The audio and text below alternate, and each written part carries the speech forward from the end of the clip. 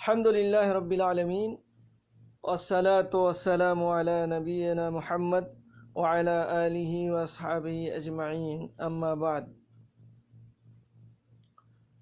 محترم اسلامی بھائیوں، آج آپ کے سامنے جس موضوع پر کچھ دیر گفتگو کروں گا وہ ہے غصے سے ممانعت۔ عن ابی ہریرہ رضی اللہ عنہ ان رجلا قال للنبی صلی اللہ علیہ وسلم اوصنی قال لا تغضب فردد مرارا قال لا تغضب، رواہ البخاری۔ حضرت ابو ہریرہ رضی اللہ عنہ سے روایت ہے کہ ایک شخص نے نبی کریم صلی اللہ علیہ وسلم کی خدمت میں عرض کیا، آپ مجھے وصیت فرمائیں، تو آپ نے فرمایا غصہ نہ کیا کرو۔ اس نے بار بار اپنا سوال دہرایا تو آپ نے بھی ہر بار یہی جواب دیا کہ غصہ نہ کیا کرو۔ اس کو امام بخاری نے روایت کیا ہے۔ صحابی نے اپنا سوال اس خیال سے متعدد مرتبہ دہرایا کہ شاید آپ کچھ اور ارشاد فرمائیں گے، لیکن آپ نے ہر بار یہی وصیت فرمائی۔ ہو سکتا ہے وہ نازک طبع ہو اور انہیں غصہ زیادہ آتا ہو، اس لیے آپ نے انہیں اسی بات کی وصیت فرما کر اس خامی کی طرف توجہ دلائی ہو۔ میرے بھائیوں دوستو، غصہ دو طرح کا ہوتا ہے، ایک جائز غصہ ہوتا ہے اور ایک ناجائز غصہ ہوتا ہے، اور غصے کو عربی میں غضب کہتے ہیں، غضب محمود اور غضب مذموم۔ جائز غصہ کہتے ہیں کہ آپ دیکھیں کہ اللہ تعالیٰ کے محارم کی توہین ہو رہی ہے، بے حرمتی ہو رہی ہے، تو آپ غصہ کریں۔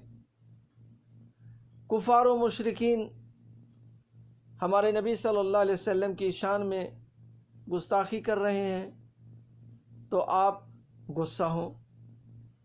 اللہ کی آیات کا مذاق اڑایا جائے،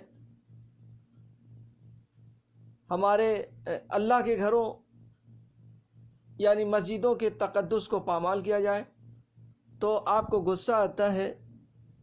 آپ کے گھر میں آپ کے بچے نماز نہیں پڑھتے، آپ کو غصہ آتا ہے۔ آپ کی بیٹیاں پردہ استعمال نہیں کرتی، حجاب استعمال نہیں کرتی، تو آپ کو غصہ آتا ہے۔ یہ غصہ محمود ہے۔ اور مذموم غصہ یہ ہے کہ آپ بلا وجہ چھوٹی چھوٹی باتوں پر غصہ ہو جائیں، گھر میں آئیں کھانا تیار نہیں ہے غصہ ہو جائیں، کھانا دیر سے ملے غصہ ہو جائیں، یعنی ایسی چیزوں پر غصہ ہونا جو خود اپنے نفس کے لیے ہے، دین کے لیے نہیں ہے، مال و دولت کے لیے ہے، دنیا کے لیے ہے، تو یہ غصہ مذموم ہے۔ عام طور سے لوگ چھوٹی چھوٹی باتوں میں غصہ ہو جاتے ہیں، یا بہت سے لوگ ایسے پائے جاتے ہیں جن کو غصہ بہت زیادہ آتا ہے، اور ہمارا دین چونکہ دین فطرت ہے، اس میں انسانی طبیعت اور مزاج کو مد نظر رکھ کر احکامات اور ہدایات دی گئی ہیں۔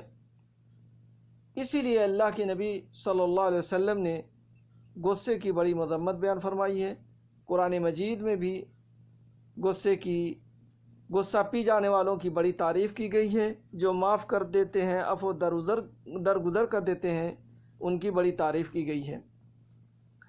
اللہ تبارک و تعالیٰ نے قرآن مجید میں فرمایا ہے وَالْكَاظِمِينَ الْغَيْظَ وَالْعَافِينَ عَنِ النَّاسِ، وہ اللہ تعالیٰ کے صالح بندے غصے کو پی جاتے ہیں اور لوگوں کو درگزر کرتے ہیں، یعنی درگزر کرنے والے لوگوں کی اللہ تعالیٰ نے تعریف کی ہے۔ اور دوسری جگہ اللہ تعالیٰ فرماتا ہے وَلْيَعْفُوا وَلْيَصْفَحُوا أَلَا تُحِبُّونَ أَن يَغْفِرَ اللَّهُ لَكُمْ، انہیں چاہیے کہ وہ معاف کر دیں یا معافی اور درگزر سے کام لیں، کیا تم نہیں چاہتے کہ اللہ تعالیٰ تمہیں معاف کر دے؟ ایک جگہ اللہ کے نبی صلی اللہ علیہ وسلم فرماتے ہیں لیس الشدید بسرعہ انما الشدید الذی یملک نفسہ عند الغضب، صحیح البخاری۔ جواں مرد اور بہادر وہ نہیں جو دوسروں کو خوب پچھاڑنے والا ہو، بلکہ حقیقی بہادر اور جواں مرد وہ ہے جو غصہ کے وقت اپنے آپ پر قابو رکھے۔ تو غصے کے وقت ہمیں اور آپ کو اپنے آپ پر قابو رکھنا یہ نہایت ضروری ہے، اس لیے کہ غصہ ایک ایسی چیز ہے کہ تھوڑی تھوڑی باتوں میں آدمی غصہ کرتا ہے اور پھر یہ غصہ لڑائی جھگڑا اور قتل و غارت گری کی نوبت تک پہنچا دیتا ہے۔ آدمی کے اندر انتقام کی آگ بھڑک جاتی ہے، جس کی وجہ سے بڑے شر اور فساد معاشرے میں رونما ہوتے ہیں۔ اسی لیے شریعت میں غصے کی مذمت کی گئی ہے، ناجائز غصے کی مذمت کی گئی ہے، اور لوگوں کو حکم دیا گیا ہے کہ لوگ غصہ نہ کریں اور عفو درگزر سے کام لیں۔ اللہ کے نبی صلی اللہ علیہ وسلم فرماتے ہیں، جو شخص بدلہ لینے کی طاقت و قدرت کے باوجود اپنے اوپر ضبط کرے، اس کے اندر بدلہ لینے کی طاقت ہے، قدرت ہے، لیکن وہ بدلہ نہیں لے رہا ہے، اللہ کے لیے چھوڑ دے رہا ہے، تو اللہ تعالیٰ قیامت کے دن اسے سب کے سامنے بلا کر یہ اختیار دے گا کہ وہ جس حور کو چاہے اپنے لیے پسند کر لے۔ اور حضرت صلی اللہ علیہ وسلم کی حیات طیبہ آپ دیکھیں کہ آپ کی پوری زندگی عفو درگزر کا بہترین نمونہ تھی۔ آپ نے اپنے شدید ترین دشمنوں کو معاف فرما دیا۔ کفار مکہ کے ظلم و ستم سے کون واقف نہیں ہے؟ انہوں نے صحابہ کرام اور اللہ کے نبی صلی اللہ علیہ وسلم پر کتنے ظلم روا رکھے تھے، لیکن جب آپ فاتح کی حیثیت سے مکہ آئے اور لوگ آپ کے سامنے پیش ہوئے تو آپ نے انہیں کوئی بات یاد تک نہ کرائی، پرانی باتیں ان کو یاد نہیں کرائی کہ اے فلاں تم نے ہم لوگوں کے ساتھ کیا کیا کیا، اور بڑی فراخ دلی سے آپ نے فرمایا لا تثریب علیکم اليوم انتم الطلقاء، آج تم پر کوئی گرفت نہیں، جاؤ تم سب آزاد ہو۔ یعنی اللہ کے نبی صلی اللہ علیہ وسلم نے سب کو معاف کر دیا۔ غصے کا علاج کیا ہے؟ غصہ آ جائے تو اس کا علاج کیا ہے؟ غصے کے چند علاج حدیث کے اندر بیان ہوئے ہیں۔ پہلا علاج یہ ہے کہ جب کسی کو غصہ آ جائے تو شیطان سے اللہ کی پناہ طلب کرے، شیطان سے اللہ کی پناہ طلب کرے۔ حضرت صلی اللہ علیہ وسلم کی مجلس میں ایک آدمی کو کسی دوسرے پر غصہ آ گیا اور غصہ کی شدت سے اس کا چہرہ سرخ ہو گیا، تو آپ صلی اللہ علیہ وسلم نے فرمایا انی لعالم کلمتا لو قالها لذهب عنه ما یجد، صحیح البخاری۔ میں ایک کلمہ جانتا ہوں، اگر یہ آدمی وہ کلمہ ادا کرے تو غصہ اس کا ختم ہو جائے گا، کافور ہو جائے گا۔ وہ کلمہ یہ ہے اعوذ باللہ من الشیطان الرجیم، اعوذ باللہ من الشیطان الرجیم پڑھنا چاہیے۔ کسی کو غصہ آ جائے، غصے پر کنٹرول نہ ہو تو اسے اعوذ باللہ من الشیطان الرجیم پڑھنا چاہیے۔ دوسرا علاج غصہ کو ٹھنڈا کرنے کا یہ ہے کہ وہ اپنی حیت بدل لے۔ کسی کو غصہ آ جائے تو اپنی حیت بدل لے۔ اللہ کے نبی صلی اللہ علیہ وسلم فرماتے ہیں اذا غضب احدکم وهو قائم فلیجلس فإن ذهب عنه الغضب وإلا فلیضطجع، سنن نبی داؤد۔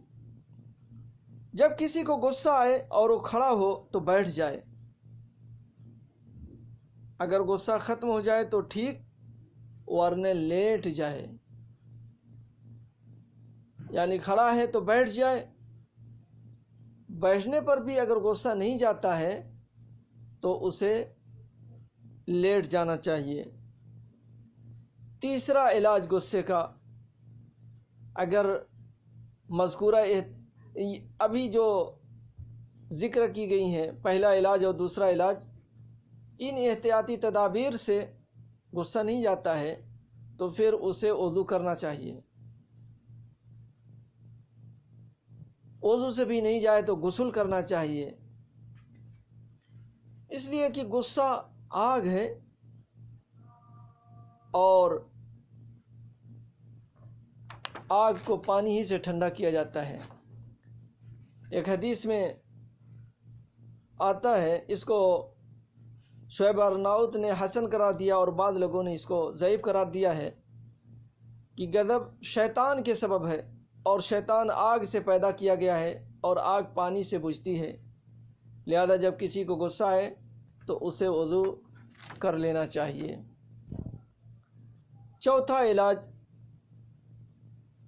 یہ ہے سکوت اور خاموشی اختیار کرے، دوران غصہ بات نہ کرے یہاں تک کہ اس کا نفس ساکن اور ٹھنڈا ہو جائے۔ حضرت عبداللہ ابن عباس رضی اللہ عنہما سے روایت ہے کہ رسول اللہ صلی اللہ علیہ وسلم نے فرمایا اذا غضب احدکم فلیسکت، اس کو امام احمد نے روایت کیا ہے اور شیخ البانی نے صحیح الجامع میں نقل کیا ہے۔ جب تم میں سے کسی کو غصہ آئے تو خاموش ہو جائے، جب تم میں سے کسی کو غصہ آئے تو خاموش ہو جائے، کیونکہ انسان جب غصہ کی حالت میں کلام کرے گا تو وہ ضرور سب و شتم کرے گا، کچھ ضرور غلط باتیں کرے گا۔ غصہ اسی کا نام ہی ہے، اس لیے ہمیں غصہ کے وقت خاموش اور چپ ہو جانا چاہیے۔ پانچواں علاج، انسان یاد کرے کہ اللہ تعالیٰ نے غصہ ضبط کرنے والے اپنے مومن بندوں کی قرآن کریم میں تعریف بیان کی ہے اور ان کی یہ صفت بیان کی ہے کہ جب انہیں غصہ آتا ہے تو لوگوں کو معاف اور درگزر کر دیتے ہیں۔ اللہ تعالیٰ فرماتا ہے الذین ينفقون فی السراء والضراء والکاظمین الغیظ والعافین عن الناس واللہ یحب المحسنین، وہ لوگ جو آسانی اور سختی کے موقع پر بھی اللہ کے راستے میں خرچ کرتے ہیں اور غصہ پینے والے اور لوگوں کو درگزر کرنے والے ہیں۔ ایک دوسری جگہ اللہ تعالیٰ فرماتے ہیں والذین یجتنبون کبائر الاثم والفواحش واذا ما غضبوا هم یغفرون،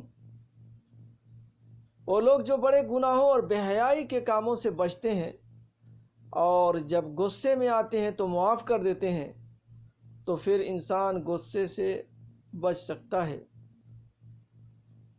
یعنی ہمیں اللہ تبارک و تعالیٰ کے اس عطیے کو یاد کرنا چاہیے کہ اللہ تبارک و تعالیٰ ایسے لوگوں کی تعریف کرتا ہے اور ایسے لوگوں کے لیے اللہ کی یہاں بڑا اجر و ثواب ہے اور پھر ہمیں یہ بھی دیکھنا چاہیے کہ ہم انسان ہیں، ہمارا مد مقابل یا جس پر ہم غصہ ہو رہے ہیں وہ بھی انسان ہے، اور ہر ایک سے غلطی ہوتی ہے، کبھی ہم سے بھی غلطی ہوتی ہے، کبھی ان سے بھی غلطی ہوتی ہے، اس لیے ہمیں عفو درگزر سے کام لینا چاہیے، اس لیے کہ ہم اور آپ چند روز اس دنیا میں رہیں گے، پھر اس دنیا کو خیر بات کہہ کر کے چلے جائیں گے، اس لیے کسی کو گالی دینا، کسی کو برا بھلا کہنا، کسی کو مارنا، اس سے کوئی فائدہ ہونے والا نہیں ہے۔ اللہ تبارک و تعالیٰ سے دعا ہے کہ اللہ تعالیٰ ہم تمام مسلمانوں کو ہر طرح کے ناجائز غصے سے، غضب مذموم سے ہم لوگوں کی حفاظت فرمائے، آمین۔ وآخر دعوانا الحمد للہ رب العالمین، وصلی اللہ علی نبینا محمد وعلی آلہ وصحبہ اجمعین۔